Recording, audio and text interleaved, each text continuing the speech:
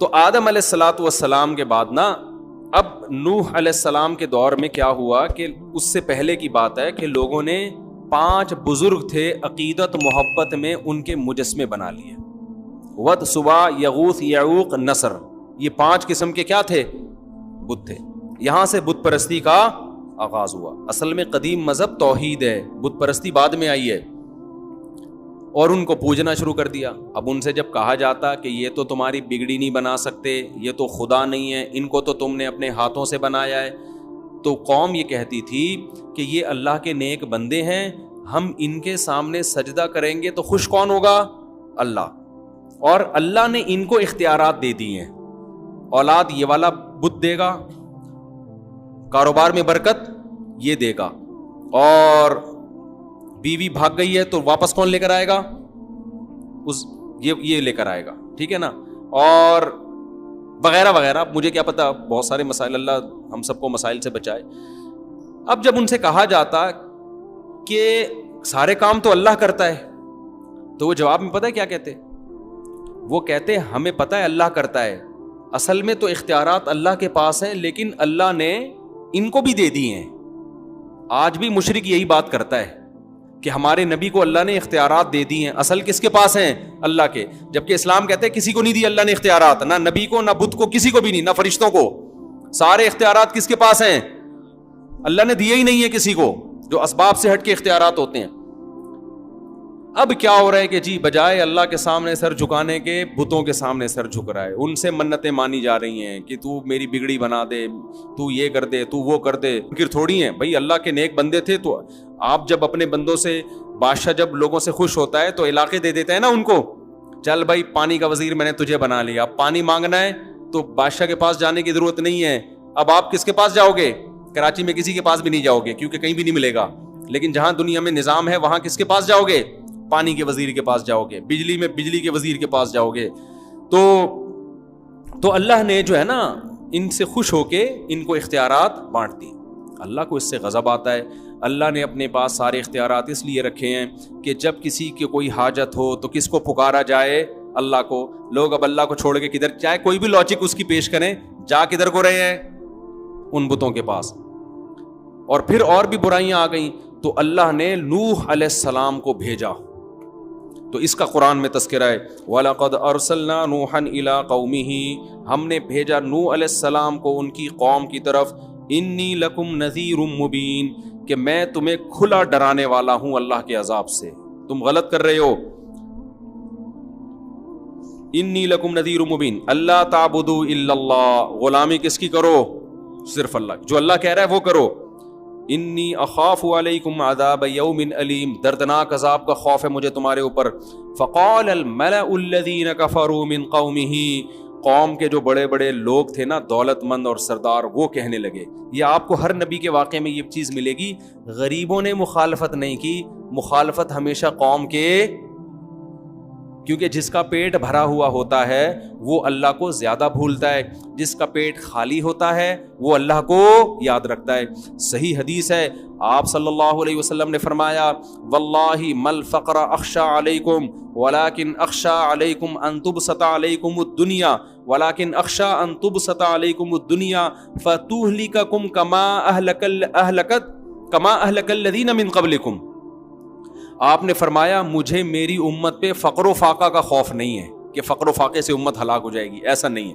مجھے خوف اس بات کا پیسہ بہت آئے گا امت کے پاس، اور یہ دولت ان کو ایسے ہلاک کر دے گی جیسے پچھلے لوگوں کو ہلاک کیا تھا. اب دیکھو نا عرب کنٹریز میں پیسہ جب نہیں تھا، دین پہ تھے نا پورے، جب پیسہ آ گیا تو مزید پیسہ کمانے کی کوشش. اب حال دیکھو کس طرف کو رخ ہو گیا ہے. تو یہی حال سب کا ہے دنیا میں. تو پیسہ آنے کے بعد دین سنبھالنا مشکل. اسلام یہ نہیں کہہ رہا پیسہ مت کماؤ، پیسے والے کو فکر دوسروں سے زیادہ کرنی ہے، کیونکہ اس کو پھر نا غریب علماء تو ویسے ہی برے لگ رہے ہوتے ہیں اس کو کہ ان کے پاس تو پہننے کے چپل نہیں ہے، ہمیں بتائیں گے طلاق ہوئی ہے کہ نہیں ہوئی ہے، صحیح ہے نا، یہ ہمیں بتائیں گے وراثت کے کیا مسائل ہیں. تو یہ تانا ملتا ہے. تو اللہ تعالیٰ نے فرمایا کہ فقال الملأ الذین کفروا من قومہ، قوم کے جو بڑے بڑے سردار تھے، وڈیرے تھے، وہ کہنے لگے ما نراک الا بشرا مثلنا، آپ تو ہماری طرح کے انسان ہو. آپ کیا ہو؟ ہماری طرح کے انسان. اس میں بھی بڑی ٹیکنیکل پوائنٹ کی بات ہے.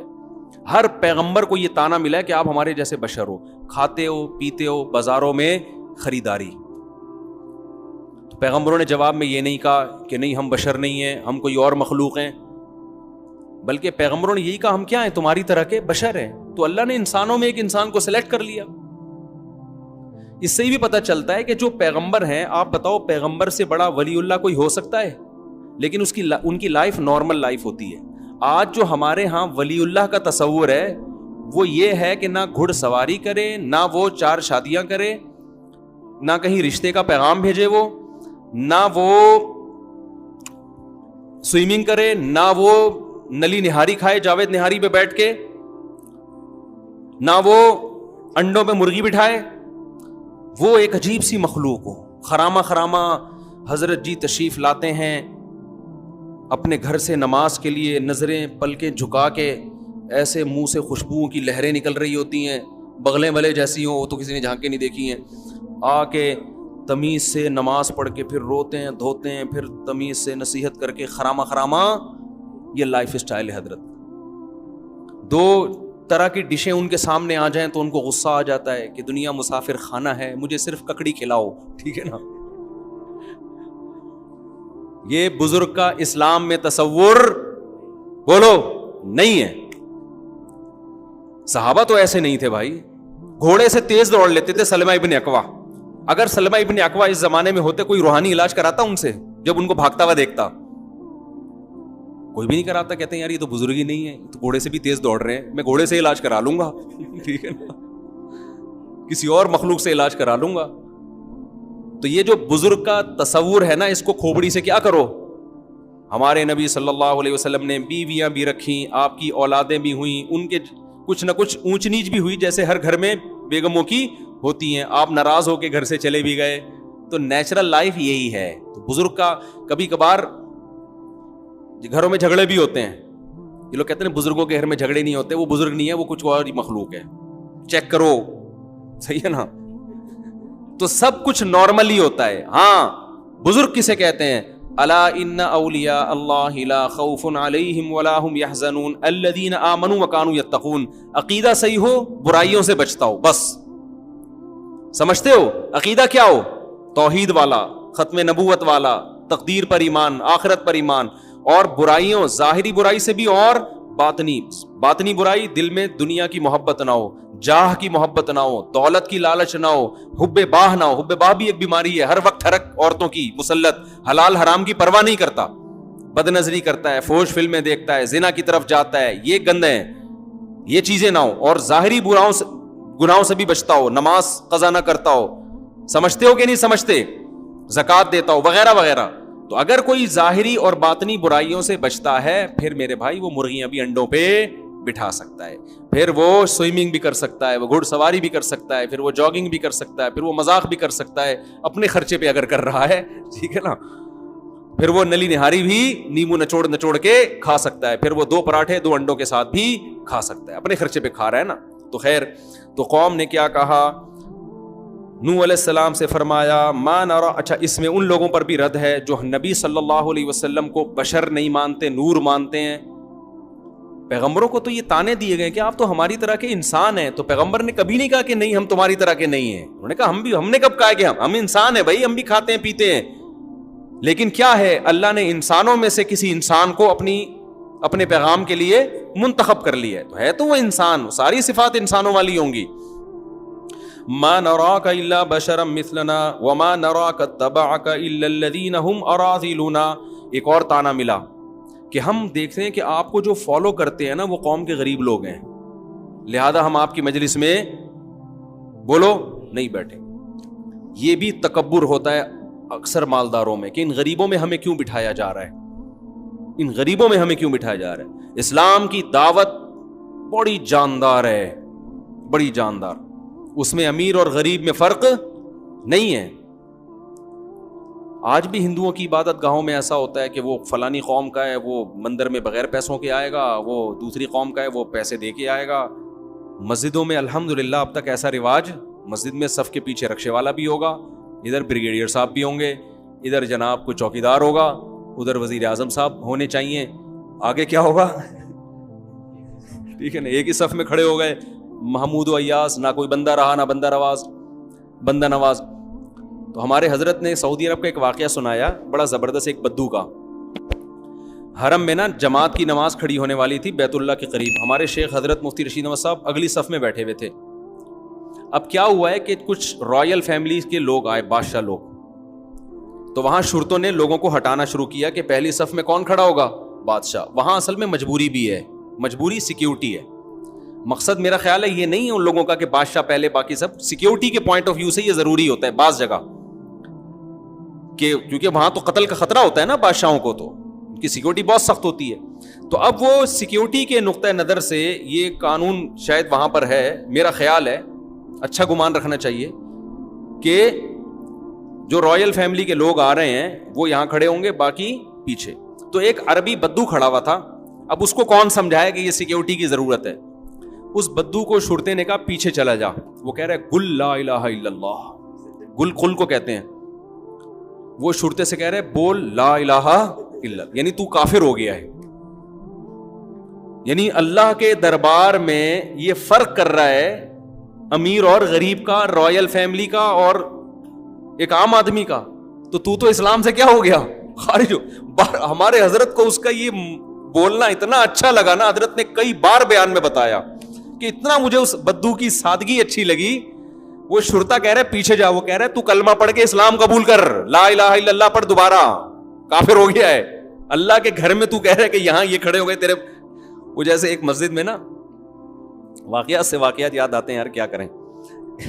ایک مسجد میں امام صاحب نے نا وہ لگوا دی ہے کہ یہ فلاں کی جگہ ہے مسجد میں, یہ فلاں کی جگہ ہے, یہ فلاں کی جگہ ہے, یہ خواتین کی جگہ, یہ خادم کی جگہ, یہ جگہ جگہ نا بورڈ لگا دیے. بھائی اب یہ ہر جگہ اتنی لکھنے کی کیا ضرورت ہے؟ پھر تیروں کے نشان نا, کہ یوں کر کے یہاں جائیں گے تو امام صاحب کا کمرہ, جیسے کوئی بحریہ ٹاؤن ہے, یہ چھوٹی سی مسجد ہے.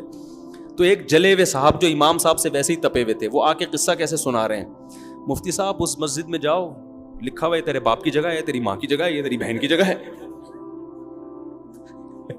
مجھے اس کا اسٹائل بڑا ٹائٹ لگ رہا. کہہ رہے مسجد ہے سیدھا سیدھا بھائی, جو جہاں آگے بیٹھ جائے.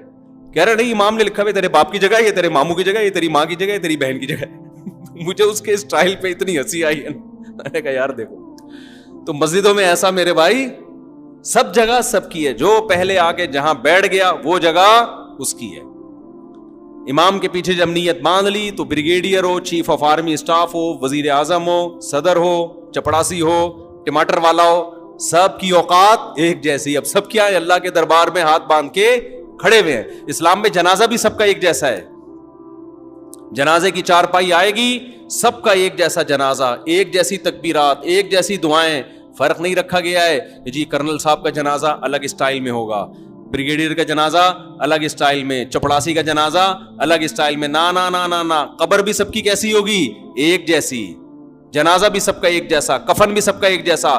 حج پہ جب جاتے ہو نا تو احرام بھی سب کا کیسا ہوگا؟ اللہ کہتے ہیں جہاں میرے گھر میں آؤ نا تو یہ اپنے عہدے باہر رکھ کے آیا کرو. کیسا اسلام کا ایک خوبصورت نظام ہے. وہاں امیر غریب نہیں ہے. بیت اللہ میں جب حج کرنے کے لیے جاؤ گے تو احرام سب نے ایک جیسا پہننا ہے, اور واپسی پہ سب کے دہشت گردی کا ٹنڈ ہوگی سب کی, ٹھیک ہے نا. قصر ہوگا یا کیا ہوگا, حلق ہوگا. وہاں بھی فرق نہیں رکھا اللہ تعالیٰ نے کوئی. تو اسلام کی دعوت سب کے لیے, تو یہاں بھی ایسا ہی ہے.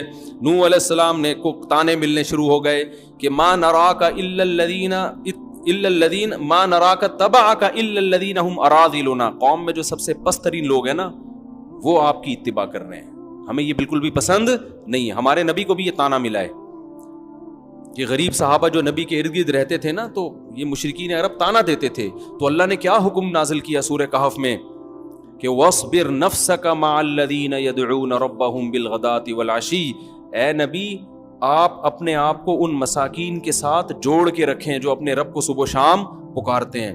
ان کو اپنی مجلس سے آپ کو دھتکارنے کی اجازت نہیں ہے.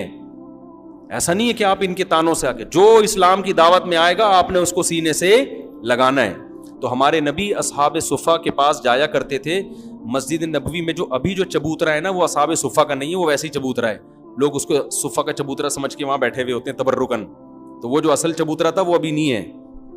جگہ تو اس کی متعین ہے کہ یہاں اصحاب صفہ بیٹھا کرتے ہیں, لیکن جو چبوترا ہے, جو آج کل جو چبوترا ہے, یہ وہ والا نہیں ہے چبوترا. تو اصحاب صفہ جہاں بیٹھا کرتے تھے, نبی وہاں جا کے بیٹھتے باقاعدہ اور کہتے تم وہ مبارک لوگ ہو جن کے ساتھ مجھے بیٹھنے کا اللہ نے حکم دیا ہے. تو اس لیے غریب بھی سے بغیرت بولو نہیں ہوتا. اچھا بھائی, فقال الملأ قال یا قومی ارأیتم ان کنت علی بینۃ من ربی. نوح علیہ السلام نے جواب میں کیا کہا کہ اے میری قوم, اگر میں واضح دلیل پر ہوں, میری بات کو دیکھو, یہ نہ دیکھو کہ مجھے فالو غریب کر رہا ہے یا امیر, میں رب پر وآتانی رحمۃ من عنده فعمیت علیکم انلزمکموها وانتم لها کارہون ویا قوم لا اسألکم علیہ مالا. اے میری قوم, اس دعوت پر میں تم سے کوئی پیسوں کا مطالبہ نہیں کرتا, مجھے کیا پڑی ہے. وما انا بطارد الذین آمنوا, اور ان غریبوں کو میں اپنی مجلس سے نہیں دھتکار سکتا. انہم ملاقو ربہم, انہوں نے بھی اپنے رب سے ملاقات کرنی ہے. وَيَا قَوْمِ مَن يَنصُرُنِي مِنَ اللَّهِ إِن طَرَدتُّهُمْ, بتاؤ اگر میں ان کو اپنی مجلس سے نکال دوں تو مجھے اللہ کے عذاب سے پھر کون بچائے گا. اللہ کہے گا ہم نے تجھے میرا پیغام لوگوں تک پہنچانے کے لیے بھیجا تھا, تو تو نے ان غریبوں تک پیغام کیوں نہیں پہنچایا, ان کو اپنی مجلس سے نکالا کیوں. افلا تذکرون, تم نصیحت حاصل کیوں نہیں کرتے. رہا یہ مسئلہ کہ تم مجھے کہتے ہو کہ ہماری طرح کے انسان ہیں, دولت بھی نہیں ہے, تو ولا اقول لکم عندی خزائن اللہ, میں نے تو کبھی بھی نہیں کہا کہ میرے پاس اللہ کے خزانے ہیں. ولا اعلم الغیب, میں نے یہ بھی نہیں کہا کہ میں غیب جانتا ہوں, مجھے نہیں پتا کل کیا ہونے والا ہے, میرے پاس غیب کا علم نہیں ہے. اس سے صاف پتہ چلتا ہے کہ پیغمبر عالم الغیب نہیں ہوتے, نہ میرے پاس غیب کا علم ہے. ولا اقول انی ملک, اور نہ میں یہ کہتا ہوں کہ میں کوئی فرشتہ ہوں, نور ہوں, ایسا بھی نہیں ہے, میں بشر ہوں, کھاتا ہوں, پیتا ہوں. ولا اقول للذین تزدری اعینکم لن یؤتیہم اللہ خیرا, اور جن غریبوں کو تم تانے دے رہے ہو, مشرکین یہ بھی تانے دیا کرتے تھے کہ اصل میں ان کو کوئی عزت دینے والا نہیں ہے, تو یہ باپ کے دربار میں ان کو عزت مل رہی ہے تو اس چکر میں آ رہے ہیں, نیتوں پہ بھی شبہ کرتے تھے. تو نوح علیہ السلام نے کہا کہ اللہ اعلم بما فی انفسہم, ان کے دلوں میں کیا یہ کون جانتا ہے, اللہ, میں دل کا مکلف نہیں ہوں. بعض دفعہ ہوتا ہے نا کہ یار لوگ کہتے ہیں اصل میں ان کو تو سوسائٹی میں کوئی لفٹ ویسا ہی نہیں کرا رہا تھا, تو چونکہ آپ نے اپنی مجلس میں جگہ دے دی, انہوں نے کہا چلو تھوڑی ہمیں یہاں عزت مل رہی ہے, تو ان کی نیتیں ٹھیک نہیں ہیں. تو حضرت نوح علیہ السلام نے کیا کہا کہ ان کے دل میں کیا ہے یہ کون جانتا ہے, اللہ, میں ظاہر کا مکلف ہوں, میں دل کا مکلف نہیں. کتنی زبردست تبلیغ ہے ہمارے لیے. آج ہم دل میں گھس رہے ہوتے ہیں اگلے کے, ابے یہ جو کھلا رہے ہیں نا غریبوں کو, ابے یہ ہمیں پتا ہے شو مارنے کے لیے. تجھے کیا پتا یار یہ شو مارنے کے لیے یا ترغیب دینے کے لیے. جو اچھا کام کر رہا ہوگا نا, دوسری شادی کر رہا ہے, ابے سنت کا لیبل لگایا ہوا ہے, مقصد کچھ اور ہے. بھائی جب پٹے گا تو خود سمجھ میں آ جائے گا اس کا مقصد کیا تھا, برا تھا یا اچھا تھا. جب پٹے گا نا سمجھ میں آئے گا. تو پٹ کے بعد اگر برداشت کر لیا تو اچھا مقصد تھا, برداشت نہیں کیا اس کا مطلب بندہ ٹھیک نہیں تھا. یہ تو اللہ اعلم بما فی انفسہم ولکنی اراکم قوما تجہلون, لیکن اے میری قوم اتنا مجھے پتا ہے کہ تم جہالت کر رہے ہو. ان کے بارے میں نہیں کہہ سکتا کہ ان کی نیت ٹھیک ہے کہ غلط, لیکن تمہارے بارے میں یقینی کہا جا سکتا ہے کہ تم جہالت کر رہے ہو. قرآن کہتا ہے 950 سال کم نہیں ہوتا, دن میں رات میں نوح علیہ السلام پکارتے رہے, سمجھاتے رہے, آ جاؤ اللہ کی طرف, چھوڑ دو اس شرک کو, مان لو اس اللہ کی. قوم دنیا پرستی. قوم کے مسائل کیا ہوتے ہیں, پیٹرول سستا ہو جائے, آٹا سستا ہو جائے, پیٹ بھر جائے, سکون کی زندگی ملے, اللہ سے کوئی واسطہ نہیں. تو قوم بڑے سکون میں تھی, بارشیں آسمان سے برس رہی تھیں, زمین سے نباتات اگ رہے تھے, فصلیں لہلہا رہی تھیں, مسائل ان لوگوں کے حل تھے. تو یہی قوم ایک ترقی یافتہ کنٹری ہونے کی علامت ہے. قوم یہ کہتی تھی ہم ترقی یافتہ ملک ہیں, مضبوط لوگ ہیں, سب کچھ ٹھیک ہے, تو بس ٹھیک ہے نا. آج پتہ ہے ہمارے لبرل لوگوں نے سکسیس اور کامیابی اس کو سمجھ لیا ہے کہ ڈالر نیچے ہو جائے اور ہماری کرنسی جو کبھی بھی اوپر بظاہر نہیں لگ رہا, اللہ کرے ہو جائے, وہ کہاں چلی جائے, اوپر ہو جائے. ہونا چاہیے ایسے, ہمیں بھی خوشی ہوگی. یہ اصل کامیابی نہیں ہے. قرآن جو کہہ رہا ہے نا وہ کہیں اور لے کے جا رہا ہے آپ کو, وہ کسی اور طرف لے کے جا رہا ہے. تو نوح علیہ السلام کی قوم کہتی تھی ہم ترقی یافتہ لوگ ہیں, کوئی ٹینشن نہیں ہے, کوئی پرابلم نہیں ہے. تو یہ بحث میں کتنے سال لگے ہیں؟ 950 سال. لوگ کہتے ہیں نا اگر اللہ ان نافرمانوں سے ناراض ہے تو تباہ کیوں نہیں کر دیتا؟ بھائی اللہ ہماری طرح جلد باز نہیں ہے, حلیم ہے, بردبار ہے. وہ ہماری طرح نہیں ہے, ہمیں تو کسی پہ غصہ ہے اسی وقت جاری کر دیتے ہیں. اللہ ایسا نہیں, وہ بہت مہلت دیتا ہے. 950 سال تک سمجھاتے رہے. قرآن کہتا ہے قالوا یا نوح قد جادلتنا, ایک دن قوم نے کہا اے نوح تو نے ہم سے بڑا جھگڑا کیا, فاکثرت جدالنا, بہت زیادہ جھگڑا ہو گیا ہے. 950 سال کوئی کم نہیں ہوتے, بہت بحث ہو گئی ہے. فاتنا بما تعیدنا ان کنت من الصادقین, اب ایسا کر تو عذاب لے آ, جو صبح شام وعدے کرتا ہے نا عذاب آئے گا, اب ہمیں دکھا دے اپنی آنکھوں سے. اب کیا کر, ہمیں یہ ہٹ دھرمی کی انتہا ہے. بھائی ایسے ہی چلتے رہتے, وہ گن پوائنٹ پہ تو نہیں تمہیں مسلمان بنا رہے نا, وہ زبردستی تو نہیں سر پھاڑ رہے معاذ اللہ کسی کا. دعوت دینے دو ان کو. جیسے بعض لوگوں کے یہاں تبلیغ والے آتے ہیں, بھائی سن لو 5 منٹ کی بات کریں گے نا, چلے جائیں گے, کوئی زبردستی گھسیٹ کے تھوڑی, وہیں سے غصہ کرنا شروع کر دیتے ہیں. یہ بڑی خطرناک بات ہے کہ آپ دین کی دعوت پہ ہی برگلانا شروع کر دیں, آپ کو بہت, یہ تکبر کی علامت ہے. تو قوم جواب میں کہنے لگی تو نے بہت جھگڑا کیا ہم سے, فاکثرت جدالنا, اب تو عذاب لے آئے. قال انما یاتیکم بہ اللہ ان شاء. نوح علیہ السلام نے کہا مجھے نہیں پتا کب عذاب آئے گا, یہ لائے گا کون؟ اللہ. وہ بھی اس وقت لائے گا جب وہ چاہے گا, نہیں چاہے گا تو دنیا میں کوئی عذاب نہیں آئے گا. آپ دیکھو پیغمبر کے اعصاب کتنے مضبوط ہوتے ہیں. پیغمبر نے جو پہلے دن سے دعویٰ کیا ہوتا ہے نا, آخری دن تک اسی پہ قائم رہتے ہیں کہ میں خدا کا پیغام پہنچا رہا ہوں, میں کوئی عذاب لانے کا میں تھوڑی ذمہ دار ہوں. عذاب کون دے گا؟ اللہ دے گا. اگر وہ چاہے گا تو دے دے گا, تو مجھ سے کیوں کہہ رہے ہو کہ عذاب لیا؟ بار بار اپنی پوزیشن واضح کر رہے ہیں کہ میرا کام پیغام پہنچانا ہے, عذاب کے اختیارات بھی میرے پاس نہیں اور تمہیں نجات دینے کے اختیارات بھی میرے پاس نہیں. پیغمبر کا مقصد مخلوق کو اللہ سے جوڑنا ہے, اپنے آپ سے جوڑنا مقصد نہیں ہوتا, خوب سمجھ لو.